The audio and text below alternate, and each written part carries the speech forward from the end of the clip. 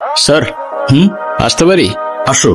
এই যে আমার ক্লাসের সবচেয়ে গুণধর ছাত্র, এমন তার চলাফেরা, তেমন তার ড্রেস আপ, তেমনি তার লেখাপড়া। আচ্ছা, এই যে তুমি ঠিক মতো ক্লাসে আসো না, একদম ঠিক মতো লেখাপড়া করো না, অগোছালো জীবন যাপন করো, তোমার কি ফিউচার নিয়ে কোনো টেনশন হয় না?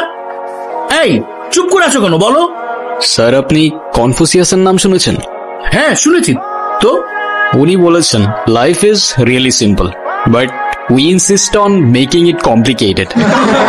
চুপ বেয়াদব, তোমার সাথে আমি ফাইজলামি করতেছি? হ্যাঁ, যেদিন থেকে তুমি ইউনিভার্সিটিতে ভর্তি হয়েছো একদিনও তুমি ঠিক টাইমে ক্লাসে আসছো? আর এটা তুমি কি জুতা পরে আসছো? এটা তো মনে হচ্ছে বাথরুমের স্যান্ডেল। ইউনিভার্সিটিতে কিভাবে হিসাব করে আসতে হয় তুমি জানো না?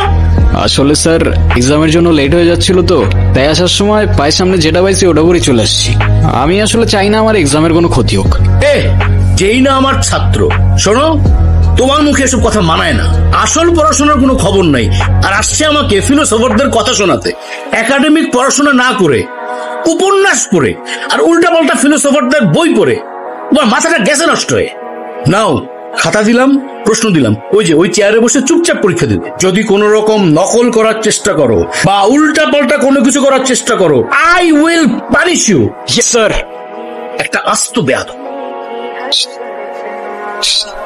কলম কি? কলম কলম দেখা না। স্যার হিমু আমাকে অনেক ডিস্টার্ব করতেছে। বাহ কি অপূর্ব, কিন্তু আরেকজনকে লিখতে দিচ্ছেন না, আর উপরে আপনি ধপ ধপে একটা সাদা খাতা নিয়ে বসে আছেন।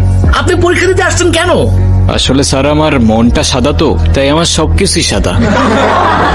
চুপ বেয়াদব, এক্ষুনি আমার ক্লাসরুম থেকে বেরো যাও, বেরো যাও, যাও। ওই শুভ্র দাঁড়া। কি সে বল? কিরে সমস্যা কি? ডাকে শুনুস না? ভাববার স্যার আজকে এক্সামের মধ্যে দেখাইতে বললাম। কি করলি তুই? আমরা এক ক্লাসে পড়ি, ডাক দিস একটু দেখাবি না? কি করলি? উল্টা স্যারে বলে দিলি। কেন এটা কেন করলি?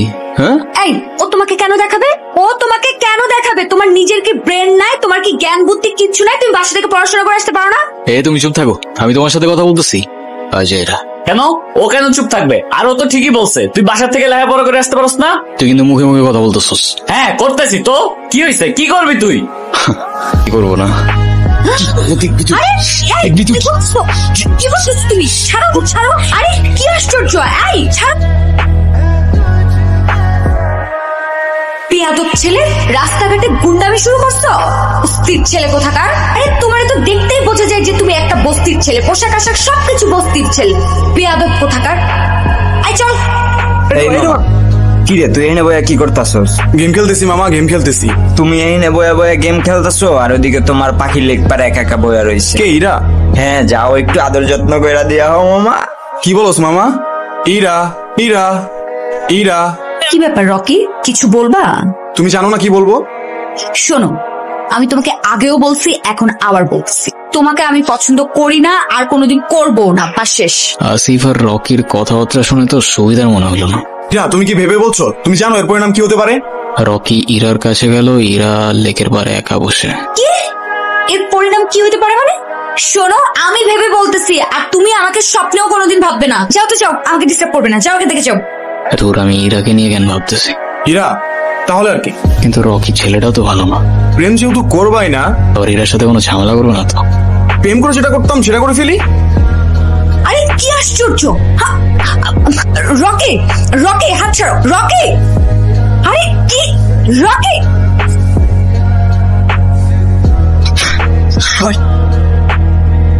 ওই তোর সাহস কত বড়?